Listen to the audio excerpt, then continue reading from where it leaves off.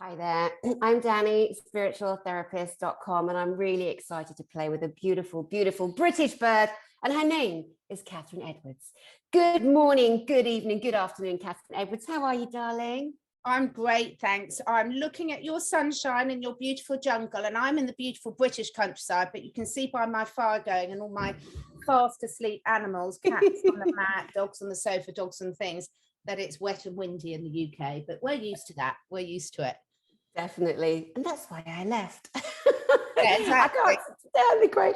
There is something so amazing though about being in a British house with a fire going, snuggling a dog and hearing the wind battering at the windows outside, isn't there? Something quite lovely about that. Yeah, and I'm so lucky when my office is in the garden. One day I'll take everyone on a tour, but I've got my guinea pig shed over there with their lovely heat lamp. And then I've got the ponies down in the stables there. So I am so lucky.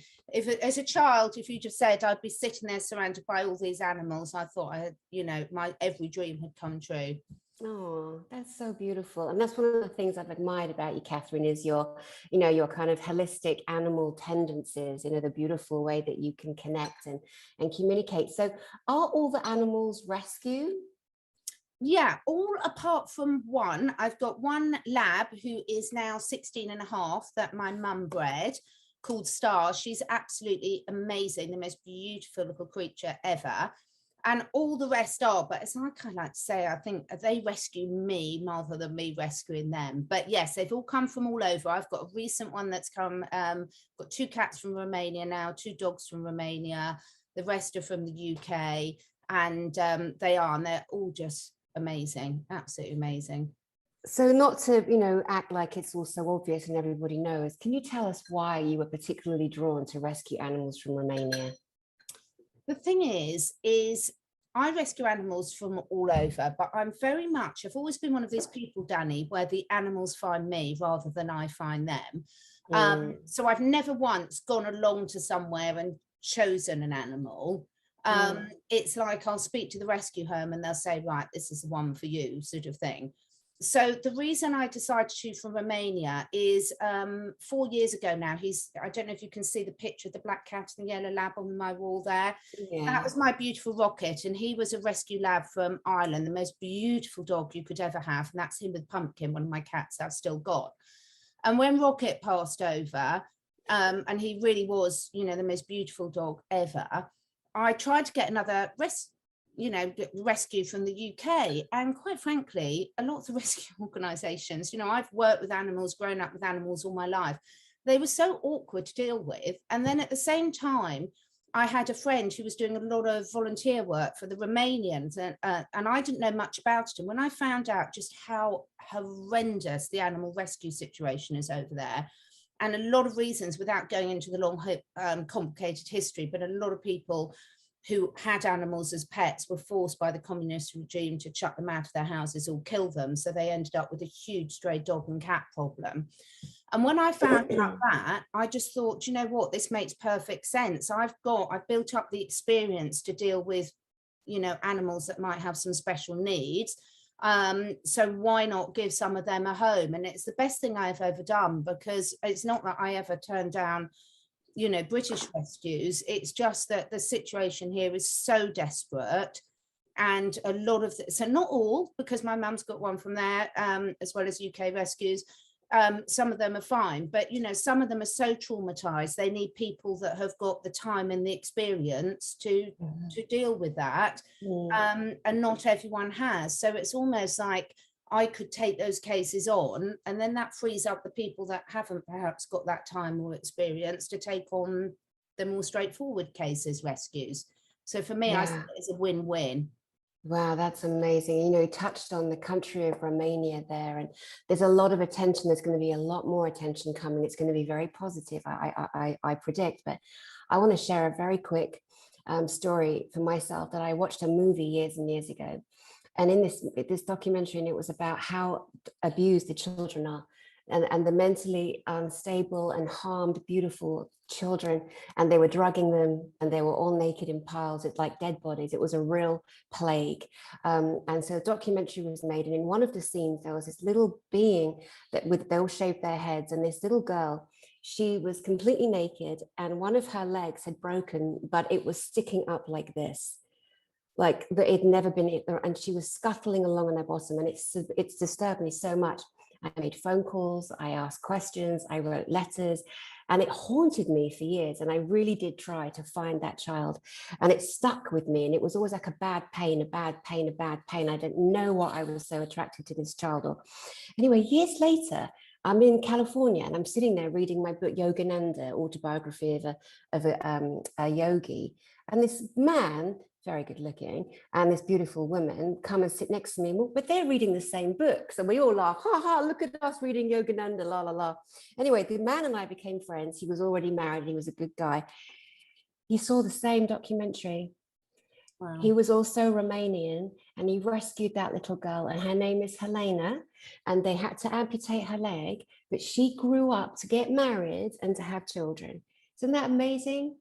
Wow. And this is the thing, I think it's like, you know, so many people say, why do you bother? You can't rescue everyone. But to that one animal, to that one child, you know, everyone is an individual and everyone deserves a chance. And, you know, you for me, it's about concentrating on what you can do and when you can't. When I was as the mum of 2 young children, I was in a different job, I was in a different place in my life, and I wouldn't have been able to take that on. And now I am. I'm delighted to, because I feel it's truly fulfilling my life purpose. And as I say, I very much do believe they rescue us, not the other way around, because they've taught me. I've been working with animals for years now, and been lucky enough to always grow up with animals, Dani, and every single animal teaches me something unique. It is just fantastic. They are amazing, aren't they? I had horses once, and 4 I used to play polo. Don't think I'm a snobby cow. I'm not. It was an experience, and I'm out of it.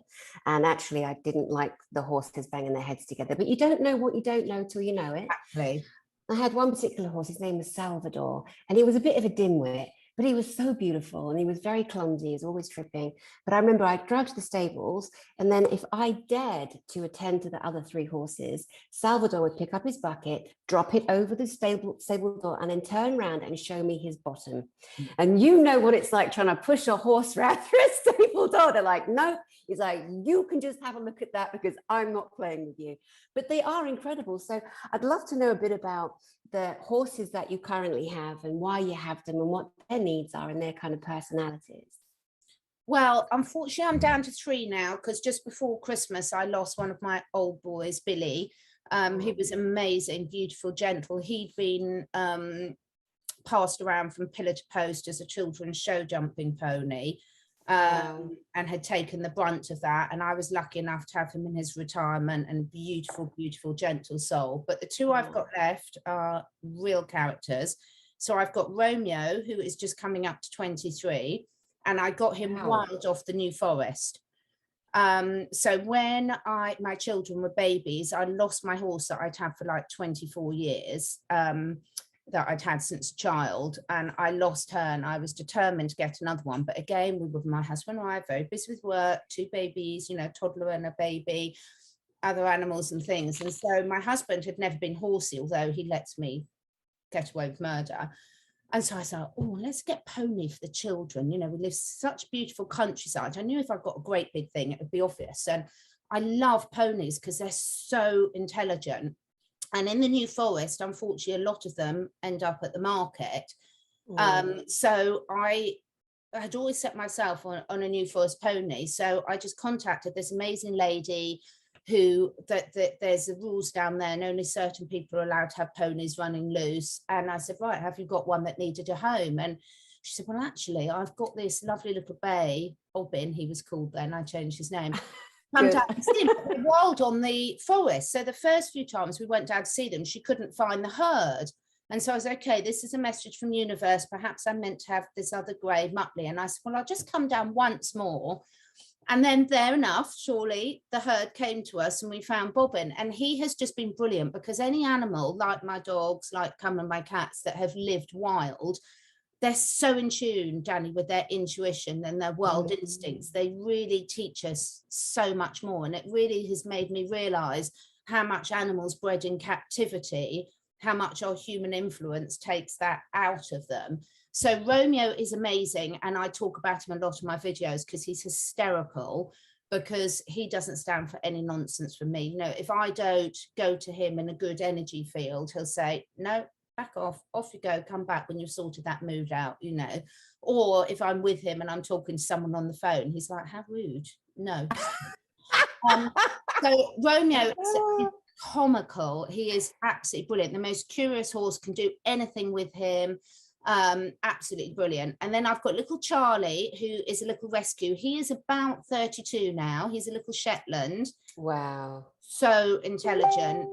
He came to me probably about, let's see, how old are my children? So probably about 10-15 years ago. I lose all track of time, Dani. And he is just absolutely amazing. And he's my stress relief. He's like a little wise sage. Puts up with anything, escapes from everywhere. So the amount of angry calls I've had from neighbours because he's been their roses. But he is incredible, and they're best friends, and the three of them were best friends, so it's taken them some adjusting to losing Billy. And I will get more, but I don't have a lot of my own land. I have to rent it, so I've got to consider that and everything, and also time to make sure that I can integrate a new one. So they're adorable. Yeah. You know, it's so interesting, and even hearing and feeling the vibration of love that comes through you about how connected and how you honor and love and respect each one. And I know there are people out there that don't have a clue about animals, and they're the people that should never have an animal. Don't even entertain it. Don't even waste your beautiful time. But those of us that do really have compassion and love and feeling towards them, you know, there's again such an unintelligent, uneducation in some people that they don't have cows, don't have souls. Oh my God, you muppet, be quiet. It just breaks my heart. And I'll tell you, my Salvador, my beautiful dimwit, my bright chestnut, he died. He actually, well, he tripped over. He was always tripping over. He tripped over. There are 100 polo ponies in one field, and Salvador and his little girlfriend, little pony, in another, because he couldn't be. He was getting bullied, you know, and he was a darling boy. Anyway, he trips over, and unfortunately, the decision to shoot him was made over, you know, repairing his leg, because it would cost too much. And I was out the country at the time. Anyway, so they shot him. And then this little girl, this little bay, little pony, she brayed and cried and whined for 3 weeks. And I shit you not, Catherine, that horse died on the very spot. She died of a broken heart on the same place where Salvador fell. They do. You know, they absolutely do. The connections that animals form are so strong. They're just as strong, if not stronger, than humans. And it's just heartbreaking, because what a lot of, when I grew up, Dani, I grew up in the countryside surrounded by animals, and people had a lot of common sense. Now everyone's got a different upbringing and set of values in terms of, you know, how they feel it's acceptable to look after their animals, and you know, that's another debate. But people had a lot of common sense. Now, what's happened in the UK in the lockdown, like, everyone's got dogs, and most of these people have got no idea. They've gone for a cute little breed of dogs, all based on what they looked like, not on their personality or what their needs are. And they haven't got a clue how to socialize them, how to train them, how to keep them healthy, how to feed them. And now they're all going back to work, and they're like, oh, haven't got time for the dog anymore. And they're all ending up in rescues. And I just despair. I heard a podcast the other day, I can't remember who it was by, but, you know, we were talking about how Chernobyl and everything, and where there've been nuclear reaction things. As soon as humans get out of the way, nature regenerates brilliantly. Yes, absolutely beautifully. And the sad reality is modern humans, I'm not talking about the people that are still living in harmony with nature, but we really do fuck it all up so badly. so badly. Yeah, so badly. That's so heartbreaking, isn't it? The thing about people going back to work now. Okay, bye bitch. Yeah, it's just unbelievable. And these people say, oh, my dog's fine on its own all day. Well, the only reason they've got to judge that is the fact it hasn't ripped their house to shreds.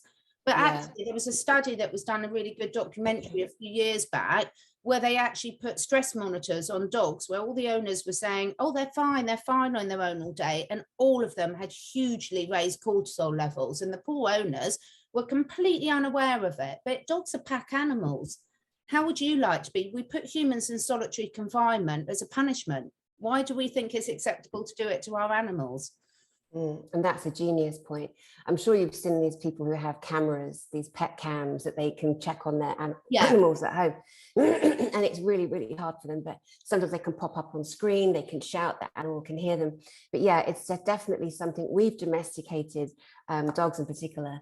But I love the way dogs are like, love you, love you, love you, love you.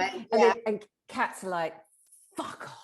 Exactly. They're just such a different in their characteristics. I saw a meme yesterday and it was this cat that's just like that. Yeah. And it says, it has been proven that cats do understand human commands, but choose to ignore them. It's so true. Anyone who's got cats and goes off and leaves them when they're on holiday knows that they're punished severely when they get back. Oh yeah. Dogs are like, I'm so happy to see you. I forgive you. I forgive you. And the cats are like, organic chicken for a month before I even think about forgiving. Yeah. Oh my God.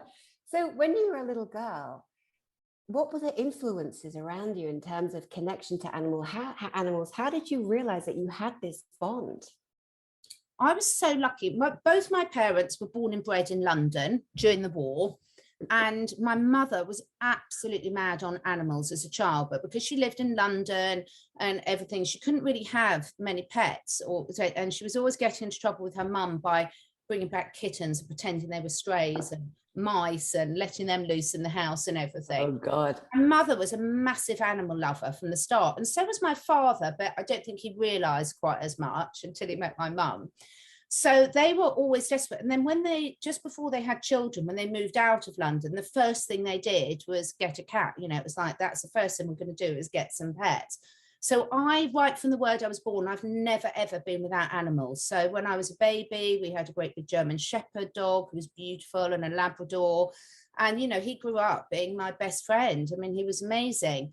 So, and my mother makes no secret of the fact that she, you know, has always preferred animals. She'd have been quite happy not having any children. My dad wanted children. She was always to be found in with the guinea pigs.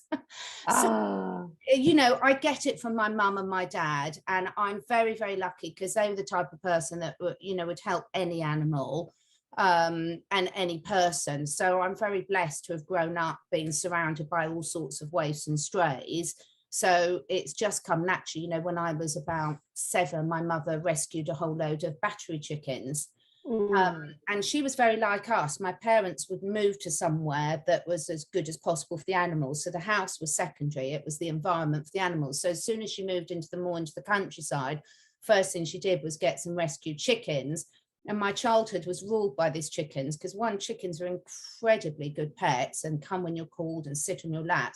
But the trauma, when they got there, they couldn't move. They were bored.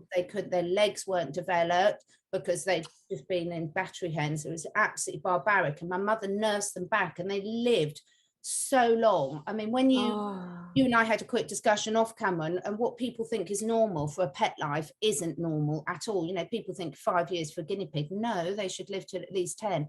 These chickens live to a very ripe old age. And to see them come back from the human abuse and just bring their joy back. But my life has always been ruled because, and you know, in those days it was always like you had to get back before dark, shut the chickens away so the foxes didn't get them. Yes. But we love that. We love that. And many a day my dad was called back from a really important meeting at work because one of the cats had got up, stuck up the tree. And then by the time that he got back, having driven an hour to rescue this cat, of course, the cat was quite happily got down the tree and he'd had his day ruined. Oh my God.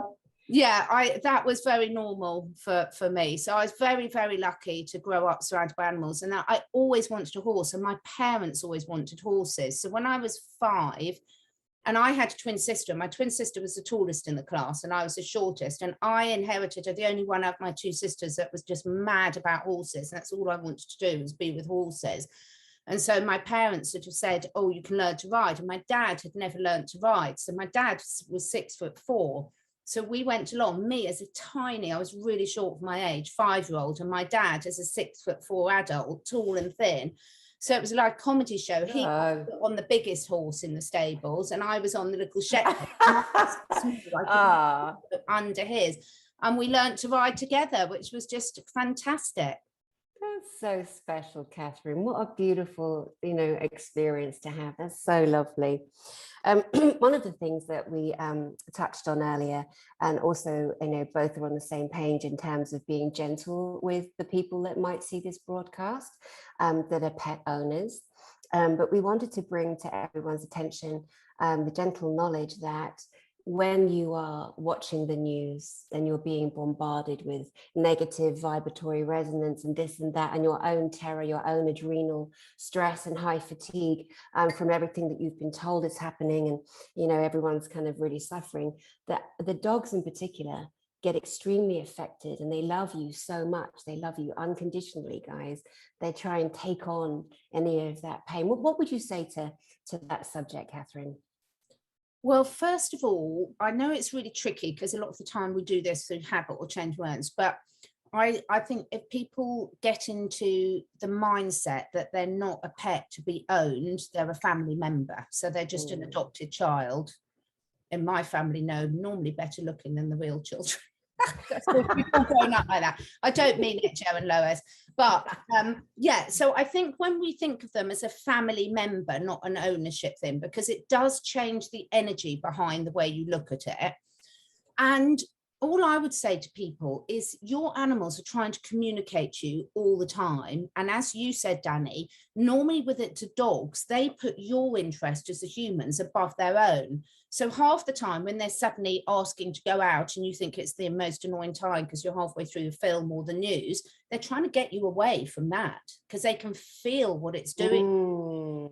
And I think the best thing about sharing your life with, say, let's take a dog, is they really, if you take it seriously as having a dog as a member of your family, they really make you take a look at all your aspects of your life, and they get us back to the good old core values of good eating, good exercise, regular habits, getting away from the man-made things and getting out in nature. Because anyone who's got a dog knows that every single walk you go on is like the first walk they've ever been on, the joy, the pure joy and exuberance that they exert. So for me, dogs are the perfect example of getting you into the present moment, grounding you, getting you in nature. And it's great because most people are happier to do something for their animal. They'll make time. If they didn't have a dog, they might not make time to go out for a walk each day, but because they've got a dog and they know how important it is, it gets them right back into being a healthy human as well. That's such a beautiful truth. And, the people that the shut-ins, the people that shut themselves in, the ones who are, living alone and they're recluse, and, for them, the joy of having a dog, to give them purpose, to give them movement, because when we just atrophy the muscular structure, just everything kind of shuts down and solidifies, and it's so sad. And I often think about that. I had a family member in particular, I told him for years, asked him, please, it'll be so good for you, best thing he ever did. He's like, oh my God, Dani, it was like the doors were shut, and then he gets his dog, it was a rescue, it's got 3 legs, and then so this family member, he's like, oh, there's life, there's sunshine, there's warmth, there's kindness, there's joy, my heart beats, I'm not going to be harmed every time I go out. It's such a beautiful, beautiful thing, but it's 24/7. Like, you don't just put them in a drawer at night, and it's a real commitment.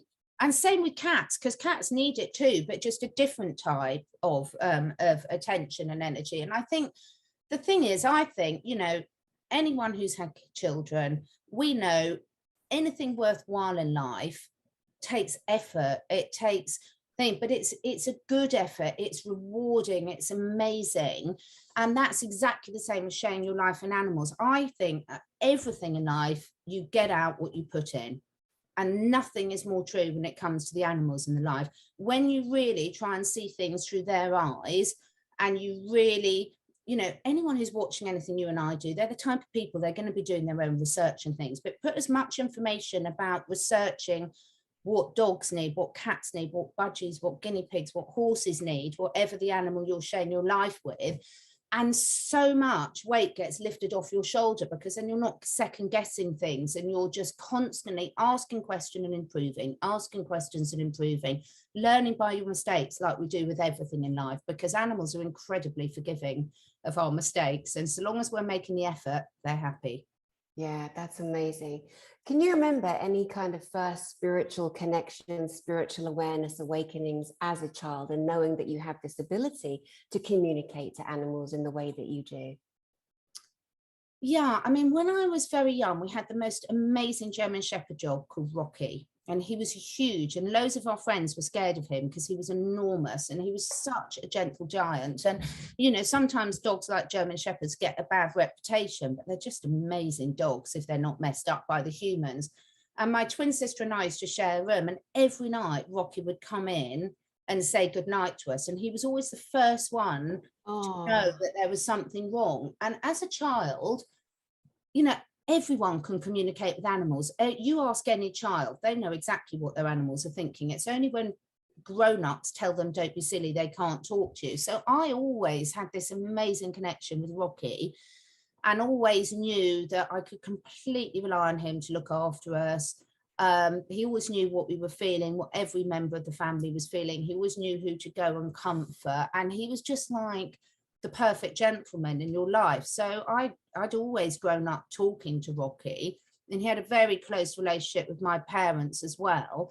So even though, like now, I might sort of say to my mum, you know, I communicate with animals, and she sort of says, so don't be silly, you know, you can't really communicate with animals. She's been doing it all her life. She just calls it something different. And I think we can get very hung up on labels and having to do something properly, but we all communicate in different ways. I think the important thing to remember is communication is two-way.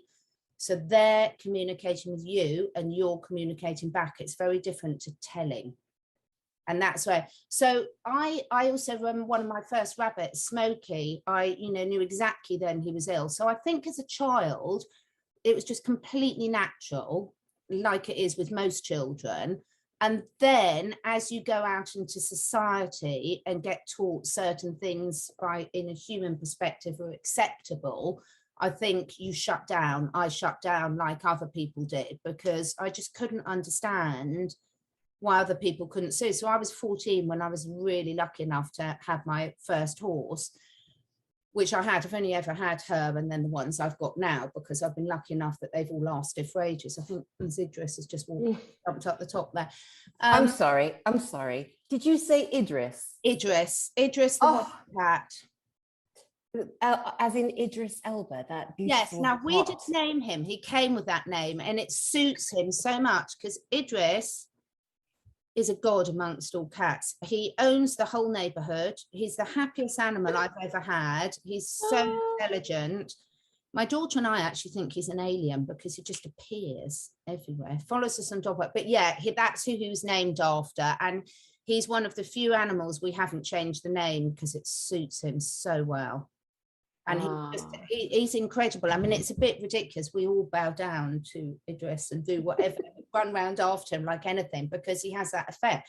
But his boy brings so much joy. All the neighbours, even the neighbours, Dani, that really didn't like, there's a lovely lady up the road and she's like 90 something, and she really is always not like cats at all. And he lets himself into her house, jumps up on the work surface when he's eating, and the son who lives with him is like, my mum would never let another cat do this. But because it's Idris, he charms. Oh my God, he's the cock of the walk. He is. He jumps on the pony's back. I've got videos on on the pony's back. I mean, he does whatever he wants, whenever he wants. And yeah, we just, yeah, world according to Idris, we call it. Yeah. Oh my God, I love that. That's so beautiful. One of the areas that you're, you know, excellent and excel in is the animals with the special needs. How would you describe that give a synopsis of what does that mean, you know, to you and to people that have never even imagined animals have special needs?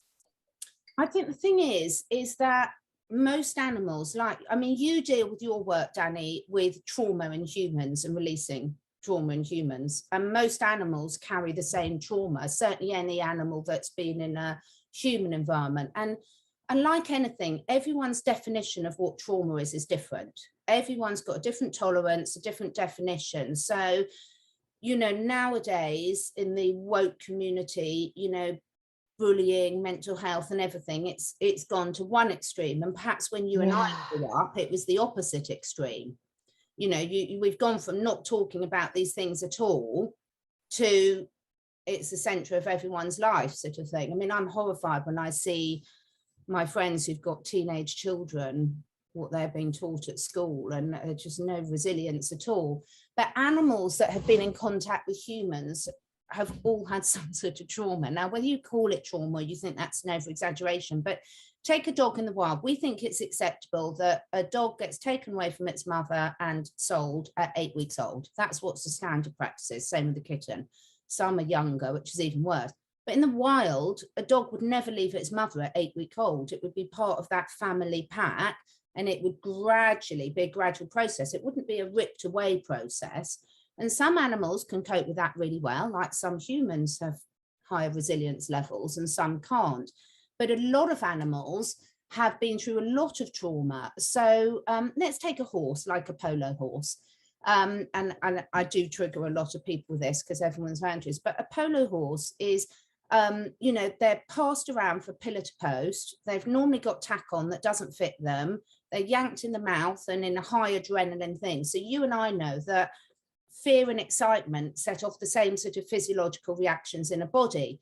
So a horse in the wild doesn't gallop and canter a lot. It only gallops and canters a little bit for play and when it's fighting from a predator.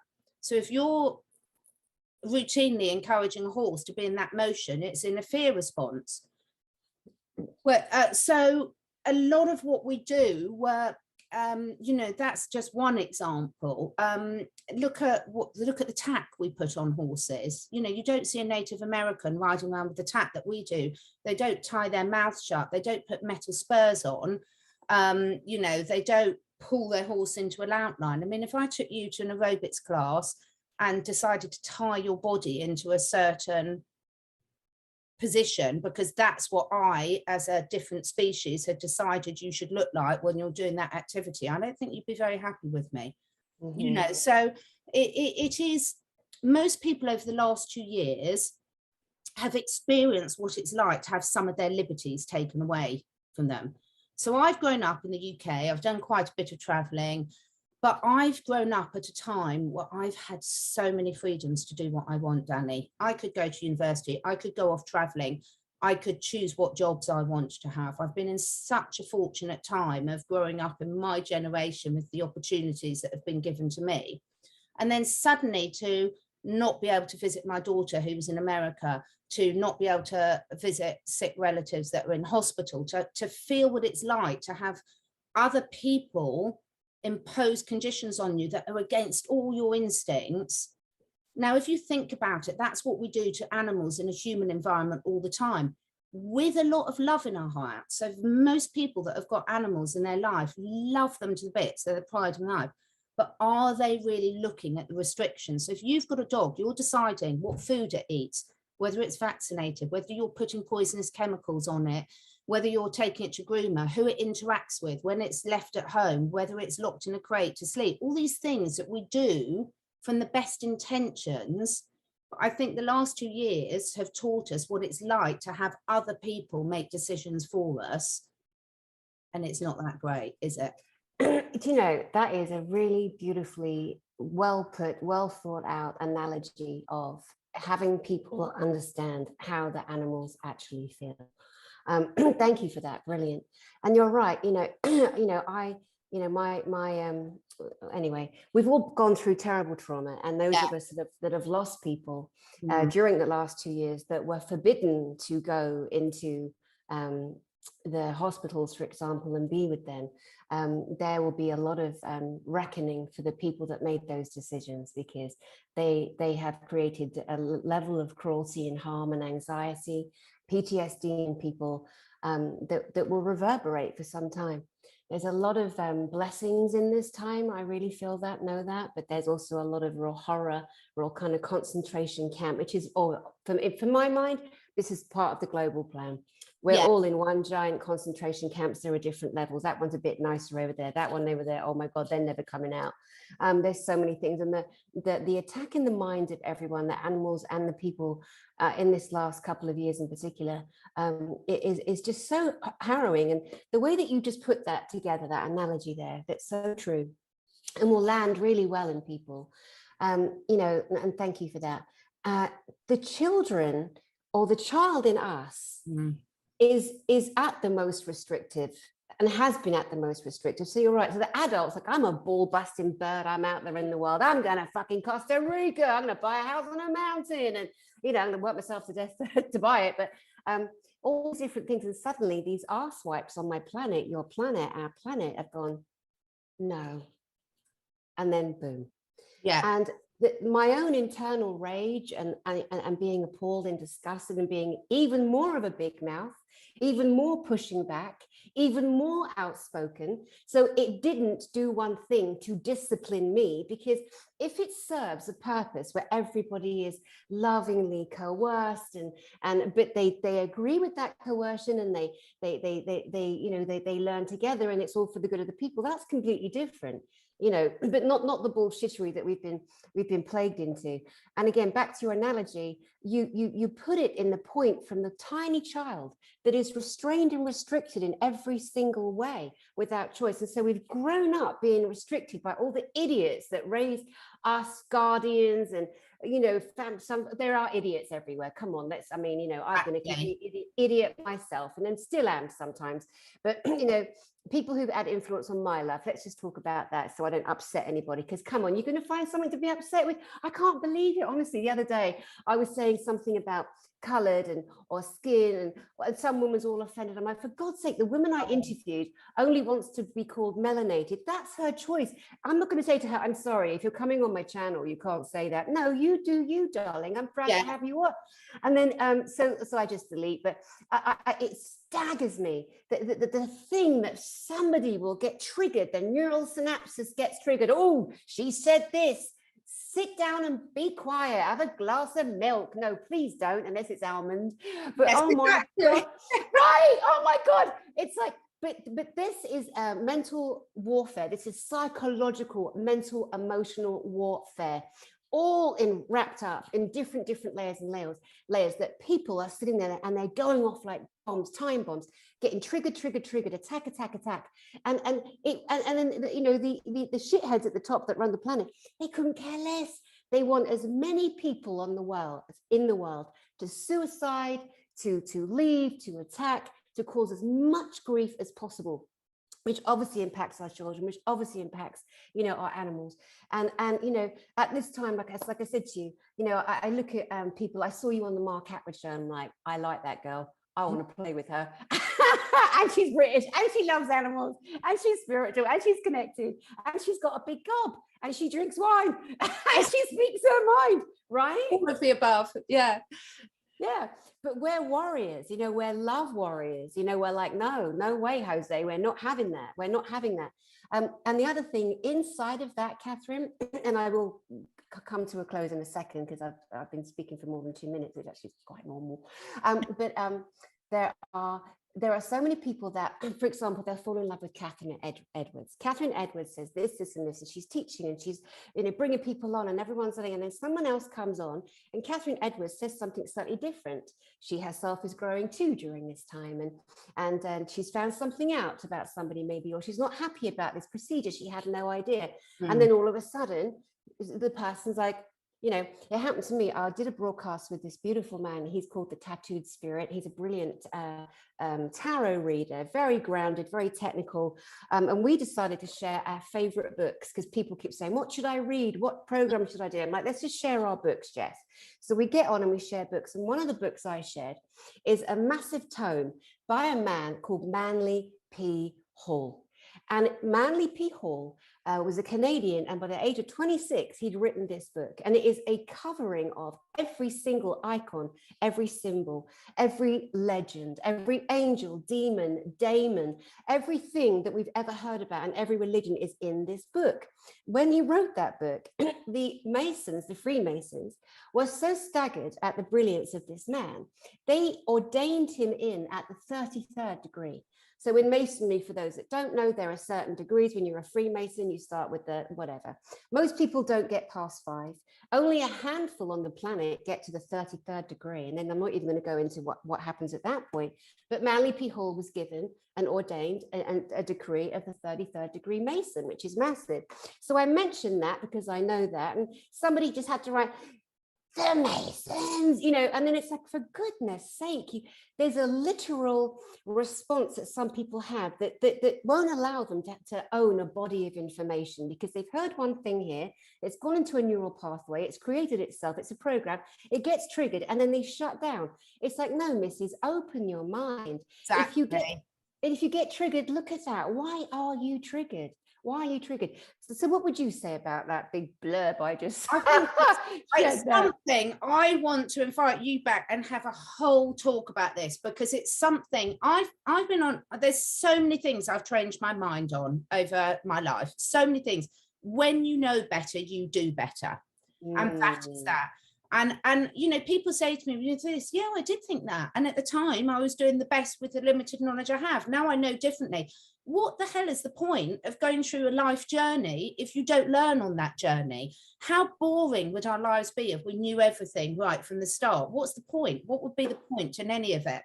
So what I think, I've had so many people do this to me, and I must say this week, for some reason, I've reached the end of my tether. Well, I just want to write fuck off, fuck off, fuck off, fuck off, comment. Because I'm like, you can view and listen to something with an open mind to think, I want to challenge myself to look outside my box, step outside my box, or you can look at something with a view to criticize. So some of my favorite stuff, I shared something by Sagaru the other day on my YouTube. Oh my God, I got right. Don't you know he's evil? Don't you know he's in with the dark cult? Don't you know this? Well, you don't know. You've never met him. And my saying is, don't throw the baby out with the bathwater. Just like we as individuals go through different stages of our journey, so does everyone else. And at some stages, they might be influenced by good people. At some stage, they might not be influenced. I've just listened to half of a really good interview, but I haven't listened to all, by Robbie Williams and Chris Troll. I want to go and listen to the rest of it. It's a repeat from one they did a year ago. And Robbie Williams is saying exactly what my friend Bryce and I have been talking about. We've got so obsessed with the story of what we think is happening. We've just substituted, a lot of us, and I know I'm using a we, and I know it doesn't apply to everyone that's listening. So if the cap fits, wear it. If this applies to you, take it on board. If it doesn't, don't put the cap on. Simple. That's right. You That's know, right. and we're so obsessed by this person's evil, this person's this. You don't know, you haven't met them. If you there's so many people that say things about me that are completely not true. They've never met me, they've no idea, or they might have been true about the 20-year-old me, but I'm a long way off 20 now. And I've enjoyed every single mistake I've made, more or less. A few I haven't, but most of them I've enjoyed the journey. So I think it's so important that people stop looking. Wayne Dyer, who's one of my favorites, said something. It's like most people can find over 100 things an hour to be offended about. So are you looking at life with what can offend you, or are you looking at life through love and learning? Yeah, that's simple. That's simple. You know, the whole religion thing and the whole kind of following this and following that. I myself went down that. I know I would sit in front of a guru or a swami, and there were points that were so beautiful and so amazing. And you know, and I've have an ability. I'm a clairvoyant medium, so I can look right through.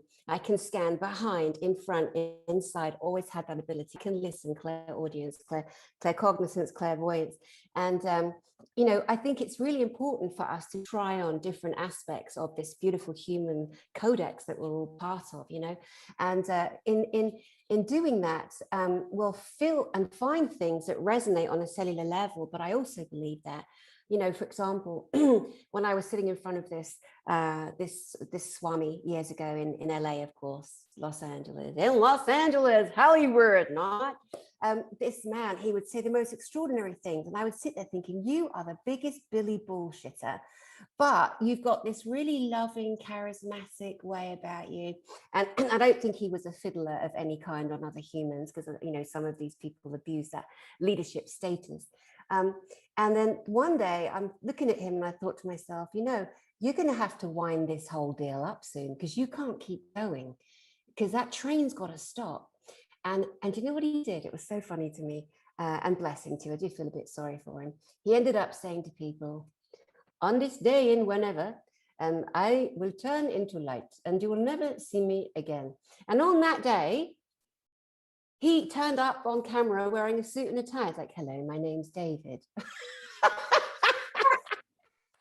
I shit you not, that happened. And that, oh my God, that's so funny. Things like that happen all the time, don't they? But again, yeah, we got to like read books and listen to people and try them on. And sometimes when we look at someone for the first time, or we hear their voice, we're instantly irritated and we don't know why. Yeah. And it is so many different reasons why. And you go, I just can't put my finger on it. There's something about them, but it's multifaceted. It could be there's something really not okay with that person, or maybe that person is going to be the biggest blessing to you and help you look at something inside of yourself that you're frightened to look at. But they're a reminder. Maybe somebody in a past life expression reminds you in that body. That's nothing to do with that person, but you're still running and your cellular memories are still holding, because everything that's ever happened in any lifetime has a cellular memory that's stored in the body, this beautiful Akashic record keeping library that we're walking around in and that's getting triggered the whole time. The most embarrassing one ever. Oh my God, Catherine, I was living in California and I went into a store called Vons. It's like a Tesco's, and I'm in there and I'm looking at the carrots. I'm holding a carrot, right? A big one, a big donger. So I prefer to buy a big one and just a whole bag. Anyway, I don't know why I'm sharing that. So you have something to say about that. Yeah. Oh my God. So I'm holding this big donger. And then I look at the door and this man's coming in and I went, oh my God. And I threw the donger down and I ran to the door and I threw my arms around him. But right before I almost made physical contact, I realized I've never seen you in my life. I've never met you in my life. And his wife and children are alongside and his wife's like, who the fuck is that? And I'm like, oh my God, oh my God, oh my God. And the man was just like, he was so like bewildered and like, but it was a past life. I recognized this man as somebody I'd loved in whatever regard, I don't know. But yeah, and I'm very spontaneous there, as you know, like taking you outside, looking at all the rocks, showing you me ATV, showing you the well. I want to know how that man explained it to his wife. I don't know. I don't know. You know, here's a worse one. I was married years ago, and my ex-husband is bald. You know, he looks like Dobby from Harry Potter. He really does. Bless him. Anyway, so we were in Harrods.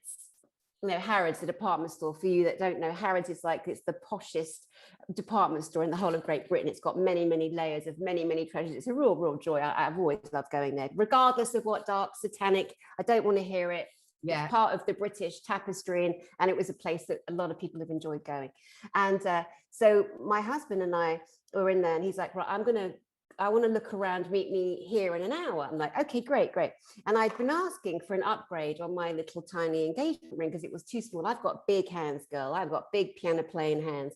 And I said to him, you know, I really, really love you and all that. But, you know, I would like, and I was running my own space agency. I didn't need his stuff, not that he had me. I was the one with the, you know, with the wherewithal at the time. Anyway, cut a long story short, I catch sight of him leaning over a glass cabinet in Harrods, looking at rings. I'm like, oh my God. Now, we were very physical in every way, me and him. We'd have ass slapping competitions. I would wet my hands and slap his bare ass and whack him with a pillow. And I've always been that person. So I see him bending over this glass cabinet and I do a running rush and I slap his ass. and he bangs his head. It's a bit violent.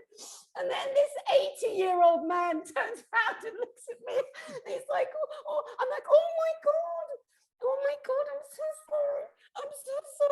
I'm so sorry. Security was called. I'm like, I thought it was my husband's bottom. Like, the more I said, the worse it was. But that's the type of thing I would do.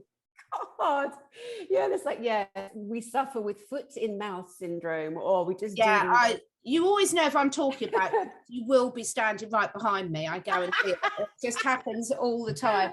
So I've learned the hard way that that's the lesson, not to talk about people, because they will be standing behind you, hearing everything you're saying. So yeah.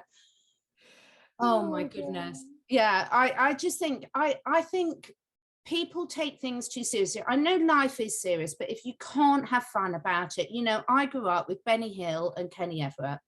And if in doubt, watch a Carry On film. Yes, there's a lot of shit that happens in life and people go through tough things, but you're meant to enjoy the journey. So if you can bring some humor into it, it's so important, isn't it, Dani? Because at the moment, I think whatever side of the fence and whatever fence you're sitting on and everything, it's really serious and really dire. And a lot of people are substituting the BBC or MSN for YouTube, and it's the same pattern of behavior and different things. And I think when you get out and your main focus is living your life, then everything else is not going to affect you to the degree that, you know, where it's going to start bringing you down and getting into this the fear on both sides, you know, fear, whilst when you're out walking a dog, you're not going to be in a fear state.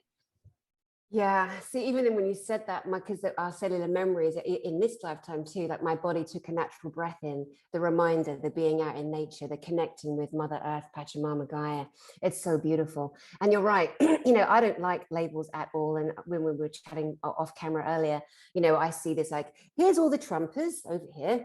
Here's all the return of the, you know, the Jesus Christ Savior. Trump is going to do this and do that. And if you're triggered, that's on you, not me. I didn't say one negative thing or positive. I'm just saying that's a corner, a quadrant. And over here, we've got all the alien abductees and contactees, and that's all great and beautiful. Over here, we have the secret space program, the military. And it's like, why? We're all one, are we not? Are we not all one? And then when one kind of Godhead, one person who's been gathering or following, follow me, I am the truth, the way and the light. And because we're programmed, I'm not mocking Christianity, I don't really care to, it's not that important to me, but we have to start thinking for ourselves, as you're saying, you know, and when we look at all of these different quadrants and groups of people, surely we can see there's still the same patterns, as you were saying, running through all that bullshittery. So let's say a Godhead is you know, shown out as not quite what we may have thought, for whatever reason. And then the disappointment in the very sweet people. There are some very sweet, humble people still, and they are very childlike. And I have great compassion for them, and a lot of people don't. I do. I do. I mean, don't be a victim or a martyr. Don't stand in front of me and go, but I can feel you, your trueness, your sweetness, your innocence. But those are the people, they get dropped. Where's so-and-so? What's happened? I'm worried. You know, I need that person. I need that fix. I need that. And, you know, and surely by now we're at the stage where people that watch these kinds of broadcasts can say to themselves, I don't like this bit, I like that bit, I'm going to look that up. Oh, I disagree with that. Oh, I'm triggered. That's all right. And then we can only internalize inside, connecting to soul, connecting to mind, connecting to body. Oh my God, that's the easiest route to our own healing. And as we're healing ourselves, any animals that we're affecting with our trauma and our drama, they're going to get a secondary healing too. What were your thoughts growing up about God and Christ and, you know, structure and discipline? I didn't grow up in a religious family at all. We sometimes went to church on Christmas Eve or Christmas Day, and we went for weddings and funerals, and that was it.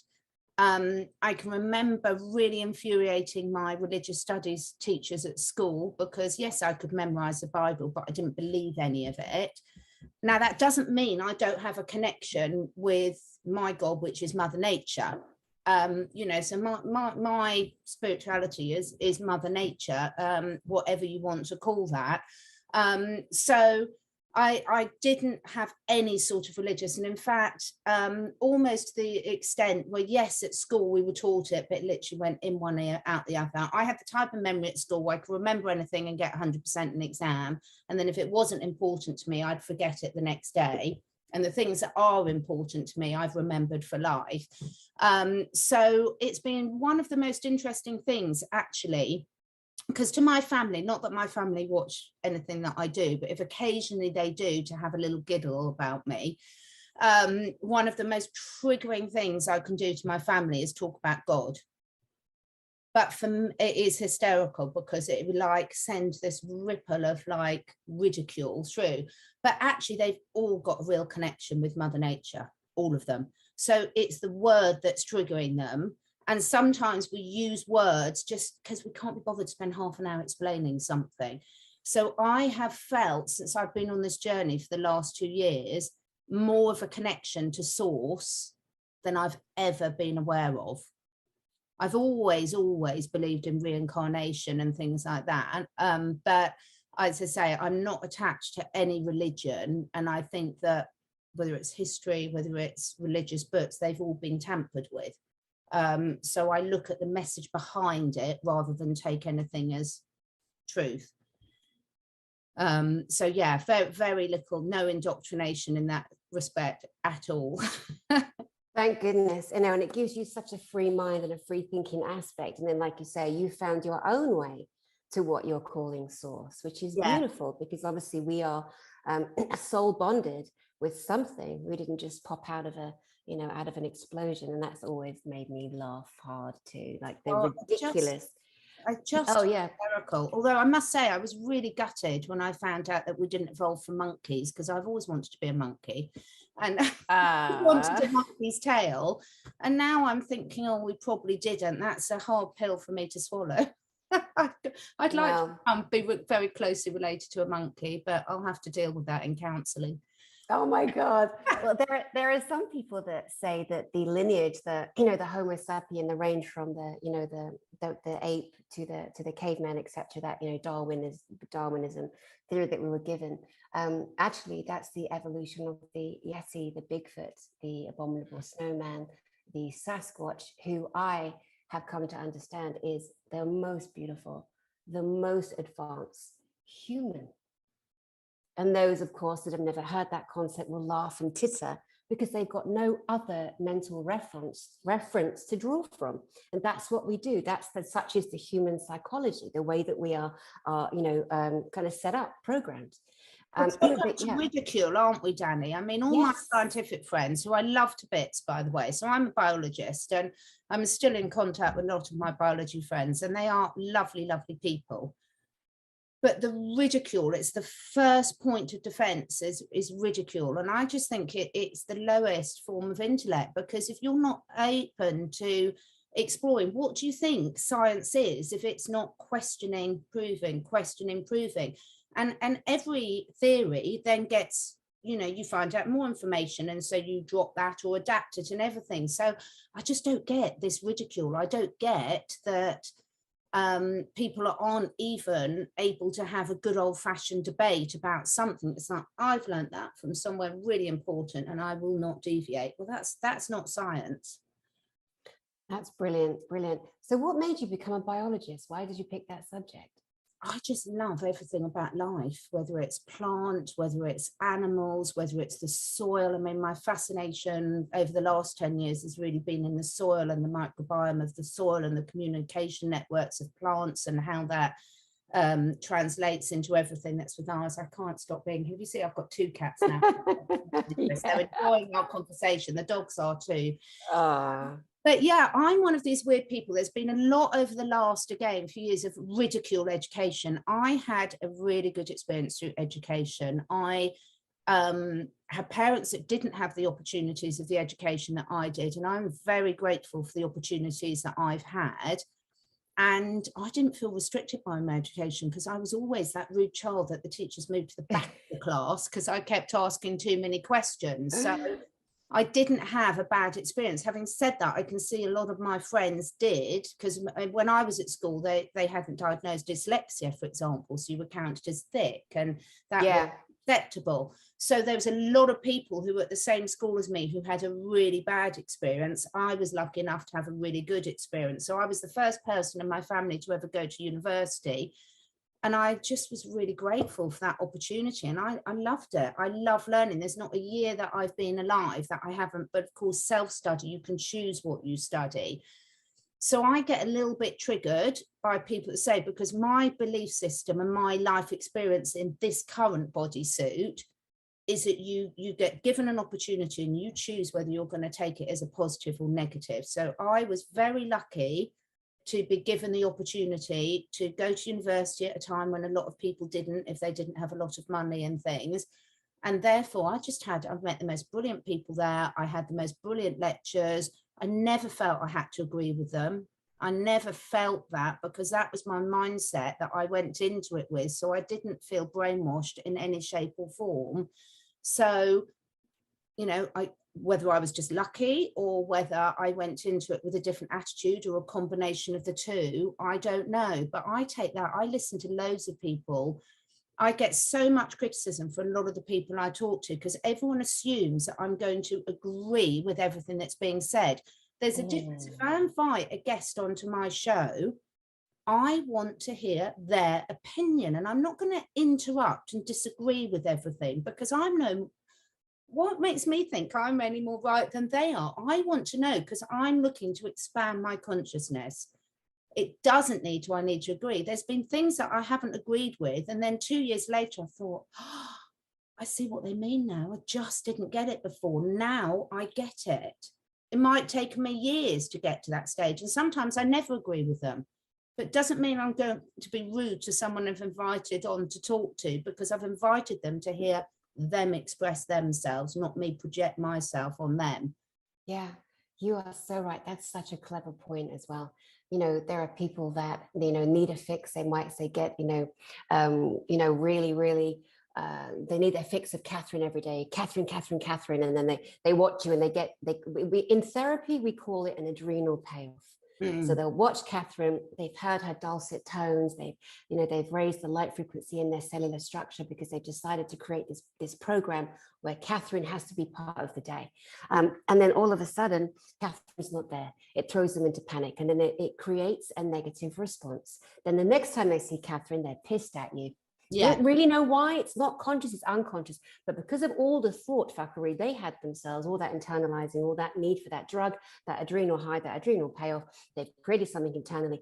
This is happening to people watching, broadcasts like this every day, all day, always has, and the TV too. I started watching Ozarks. There was a show called Ozarks in the States last year. Oh my God, it was so good. And my beautiful fiance was, late fiance was alive then. We binge watched it and it was great. I'm glad we did, because it was that kind of show where you think, oh shit, what's going to happen next? You know? And then I realized, oh my God, I was getting anxiety in the day, couldn't wait for him to get his stuff done so we could just, and so I recognize that. And this reminds me of just what I'm sharing now, because we all humans, we are the easiest beings to program. We're easier than your computer, your phone. Easy. Humans, drop a program in, pump it up, adrenalize it. Yeah, let's go, baby, let's go. So as you said, the things that people look at, they say this to you, they say that to you. It's a lack of intelligence to say to someone, it's very brave to have different people on your channel. It's very brave to sit and discuss. It really is. And for those people that want to sit and, they're eating their donuts and whatever it is they're doing, and they're criticizing, and they're not being kind of productive in any way, but they're attacking Catherine Edwards there. Start your own channel, boo. Exactly. Come on, let's see you do it. Get out there. You've got something to say it. No one's stopping you. Go ahead, right? Yeah, and I see a YouTube channel as the same. I know people say you're putting yourself out there, but I see a YouTube channel as the same as inviting someone into my house. Like, the great thing is about YouTube channel, you have to choose to go on and watch something. It's not forced down your throat. Now, when you and I grew up, we didn't have many programs on TV. So there was one choice if you wanted to watch the news, for example. Now people have got loads of choice. So what I'm saying is choose wisely. Why torture yourself to listen to someone that you don't like. It's just awful. I'm like, have you got nothing better to be doing? There's loads of people I might watch and sort of think, I don't like it, so I just switch it off. It's that simple. Switch it off.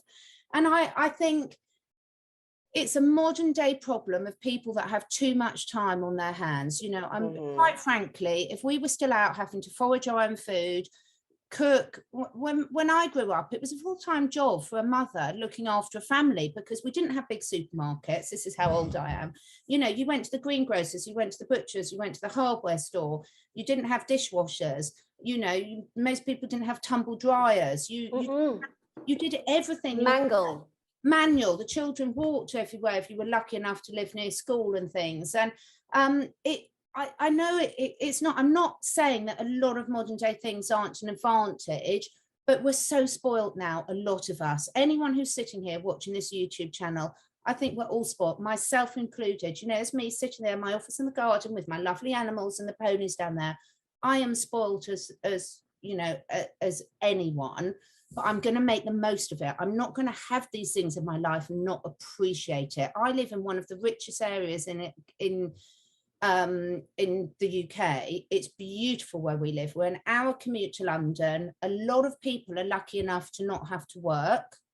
One of the partners, it's not, you know, most families now, both partners have to work just to afford a roof over their head and some decent food.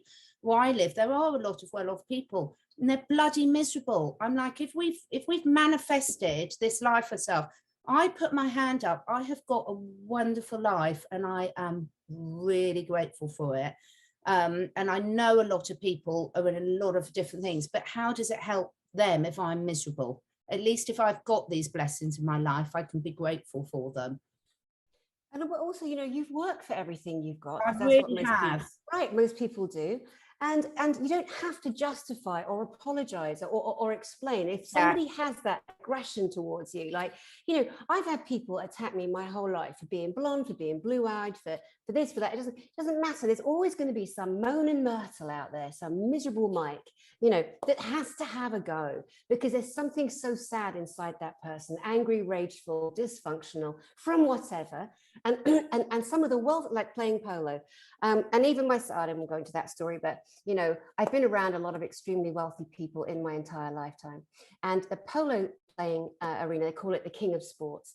Some of the wealthiest people I ever met who are gazillionaires are the most miserable, unintelligent, emotionally dysfunctional.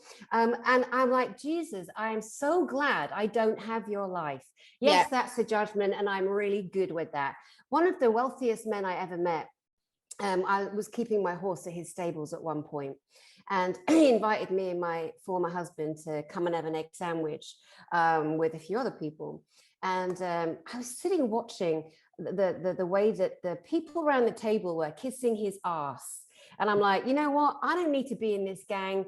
I'm not impressed. I was sitting there thinking, because I'm so feisty and rebellious, everyone's kind to each other. You know, I don't care who you are, you be respectful, you be nice. You invite someone into your house, don't abuse that position that you've put yourself in. Don't be bragging about, but they're all like social climbing, how can I? Then he told us the story of who he be. And when he was a little boy, his uncle had an accountant company, very successful in Knightsbridge, London, Knightsbridge being one of the most affluent parts of London, apparently. So his uncle hired him, this man, let's call him Mark.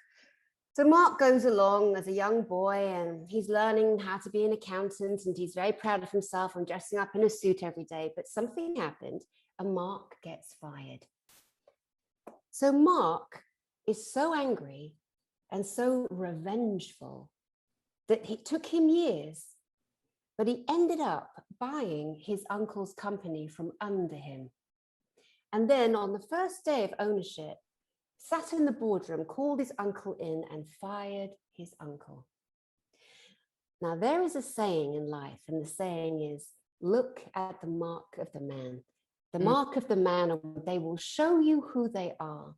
And as this man, Mark, is sitting there sharing this horrendous, to my mind, story, and I thought, wow, you little shit, you were angry, you wanted to hurt your uncle. You were probably some doofus that made mistakes as a young boy. Your arrogance, because you weren't corrected or disciplined as a child in a way that you probably should have been, has carried through, and now you have all this affluence. And his intention was to shame and humiliate his uncle. Now, these are a Middle Eastern connected, and you don't do that. No. Their culture, there is no public shaming. It is a very taboo thing. And this was like 20 years ago, I'm talking, that this happened. But, you know, again, for everyone, you know, look at people with an open heart. Look at people through your heart. Look at your physical response to said person, your reaction to what we call, you know, response to stimuli. How does it make you feel? Why are you triggered? Why are you triggered? And then, as Catherine says, like, then make up your own mind. Don't attack. Why would you attack? Because the thing is as well, Catherine, good reminder for everyone, without exception, when we attack, that's our energy that we are putting out there, our electromagnetic energy. That energy is going to go out, it's going to carry around, it's going to amplify, it's going to come back to you because it's your energy, your signature frequency. By the time it comes back to you, because you put negative out, you're going to get tenfold negative back. Same if you send love. You send love out, that's going to come back. You know, we're not doing it knowing that there's going to be a response like that, but we need to have that awareness more than ever. So again, to your point, people attack you, they criticize you. You don't have to sit there and say you're spoiled. You're not spoiled. You bloody deserve everything you have, just like I did and have in my life. You know, we don't have to answer to people because you and I put ourselves, you know, out there and try and bring love and, you know, information. And again, thank you, Catherine, for being so real and saying that you 2 years ago may have thought one thing and now your perception and perspective is altered. It takes a brave person to sit there, you know, on a channel as big as yours, to say that. And that's a really wonderful, responsible teacher-student, student-teacher thing to say. Do you know, I just love getting older, Dani. It's like in our culture, we've got a taboo about women getting older in particular. And I just love it because the thing is, you learn so much on the journey. You know, I wouldn't be having this conversation 20 years ago. And I can recognize that behavior in others because I've been there myself. And so now I know that when, you know, people told me years ago about gratitude, Dani, and I was like, yeah, like this. But when you live your life with gratitude, everything changes. And so again, when the student's ready, the teacher will come. And that's what I found. I've been given messages in the past and I haven't taken them on board because I just haven't been ready. I just haven't been there. And now, and so I just sit there and I think, I just love getting older because now you can see all the different lessons coming together. And I know there'll be loads more and I can laugh about it. You know, I can laugh about conversations when friends that have been far more spiritually advanced than I have been talking about these things and I poo-pooed it all. And then 5 years later, I thought, oh, I get it now. And, you know, yeah, that's why I think having fun along the journey, I think the British sense of humour is pretty damn good. And I think we need to maintain that. And in a world that's got so serious and so black and white thinking, let's make it grey again, or green or blue. Yeah, and joyful and flowerful and colourful and everything in between. Absolutely, absolutely. Well, my darling, I knew that. I actually forgot whose channel we were on. Yes, me too. It's such fun just having this chat. I've really enjoyed it, Dani. I hope we can do it again. Definitely, without question.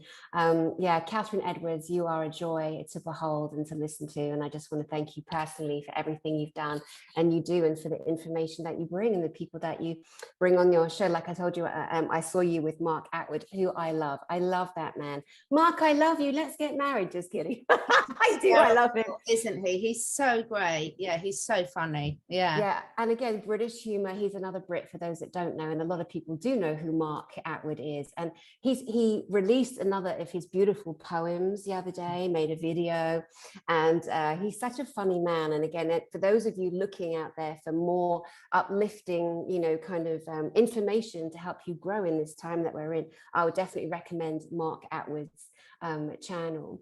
And while we're actually on this subject of supporting, helping, and because people say to me, have you heard of this person, that person? I'm like, no, like I work. No, I'm a therapist. I'm a spiritual reader. I see people every day, like this on Zoom, and that's what I do. And then I'm obviously doing my own little channel, and I don't sit watching. I don't know everybody. So, but in that regard, Catherine, could you recommend who you feel might be other good resources in terms of channels for people to maybe have a look at the moment? Well, I love my friend Bryce at Esoteric Atlanta. I think she's absolutely fantastic, and different generation, just fantastic view on life, just so much self-study.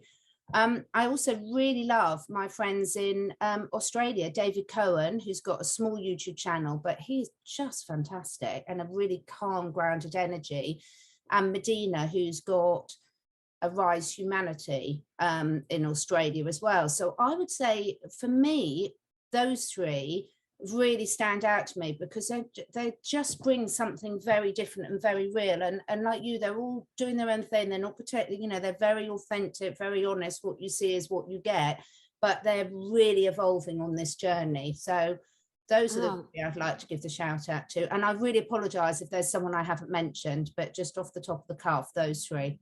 No, this is about, again, just in the moment, being spontaneous, just sharing, and everyone can take time to be offended. There's too many people to mention. And our new friend, Turn the Page with Janine, who I just love. Oh my God, I love her too. We're going to play again. That girl, I've told her, she's modern day television. She's what television will be. A beautiful, normal, natural woman who's a kick in the pants, who's on the fly, who's got this real calmness about her that people say yes to because they love her.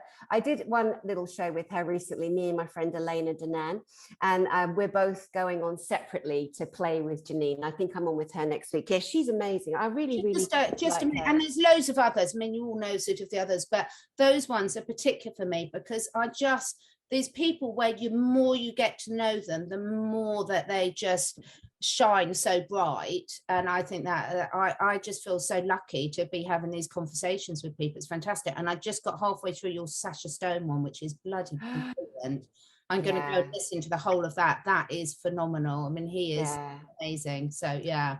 Yeah, Sasha Stone is definitely a very special being, and a lot of people get triggered because he's so outspoken. I mean, you're never going to contain a spirit like his, and it was a joy. I put that one out yesterday, but I really wanted to kind of connect to the softer, the child, because all of us, where who we be at this moment based on the beginning of life, really, that because it helps to build this foundation of who we end up, deciding we're going to be, what roles we're going to play. And I've never heard much information about his childhood, his influences, his mom, and he brings all that to the table, and it was beautiful. So thank you for mentioning, Sasha. We're going to play again. That man, the people that have been on YouTube for 5 minutes, myself included, although I do have a body of work from television in actual real telly in London. I mean, whatever, who cares? It was a long time ago. But for the people that sit and some people call them content creators, they're trying to build a following, and it's obvious who they are. You can just look. There's an empty vessel and a, whatever. But Sasha has been on the front lines and campaigning for humanity for over 20 years.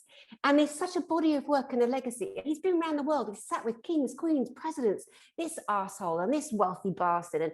And he's brought them all into some kind of alignment. Not only that, but he's had exposure to the most healing, holistic, up-to-date, leading-edge technology. The people are emailing me all the time, Tani, when are the med-peds coming? Hold on, because Sasha Stone is bringing information. I'm sure he's already had interviews with, including mine, but he and I are going to get on hopefully next week, and we're just going to dump and drop drop, drop, drop, all of that too. You know, so again, there's weighing up, weighing down. People who've been out there for a long time, people like David Cohen, who you mentioned, who I just want to say, David Cohen is a very popular name around the world. So how else would we find him? What's his David? Is it Cohen, Australian? No, Cowan. And oh, Cowan. Cowan, yeah, sorry, my accent. And I've done a few interviews with him, well, quite a lot. We've been friends for a long while, and he's just amazing. And Medina, who's on my channel as well, as she's got Arise Humanity, and Bryce Esoteric Atlanta. Most people that know me would know her because we do lots of stuff together. But I'm just loving, because these are all people that I feel I'm really growing and expanding with. And you know those people. I mean, there's loads of others. I'm not going to mention every single person I've been on with, because a lot of people, but they're sort of, some of them more smaller to medium, and are just people that I know. You can tell the people that you want to have all the off-camera discussions with more than you do on camera. And yeah, be top of the 3 of my list. Yeah. That's beautiful, beautiful, beautiful. Can people come to you for sessions? Are you in that field right now? At the moment, my private sessions. So I've got my CatherineEdwards.life and my Catherine Edwards Academy. The links are below all my videos. The Academy has got my training courses on. The Catherine Edwards Life, I do consults, but at the moment it's shut off. I will be opening them back up again in a couple of weeks, but I'm just so booked out. I had to shut off the booking for a bit, because I've started my book as well, which has only been 8 years of saying I'm starting. So I just had to drop something. So I've got a lot of bookings in, and then in a couple of weeks' time. So what I would say to people is sign up to my newsletter on CatherineEdwards.life. We do not bombard people. But that's where I can share things that I can't share on this channel. A lot of that I'm so into. I've been a holistic therapist for years, so the natural remedies are my real speciality, and the healing modalities of energy healing, natural substances, etc. So but a lot of that I can't put on this channel, unfortunately. Yeah. Thank you so much, Catherine Edwards. You are a joy to the world, a joy to the planet, and we love and adore you. And I can't wait for us to play again, mate. Nor can I. It's been wonderful. Thank you, anyone who's listened to us for this long. You just lots of love, Dani. Take care. You too, my darling. You too.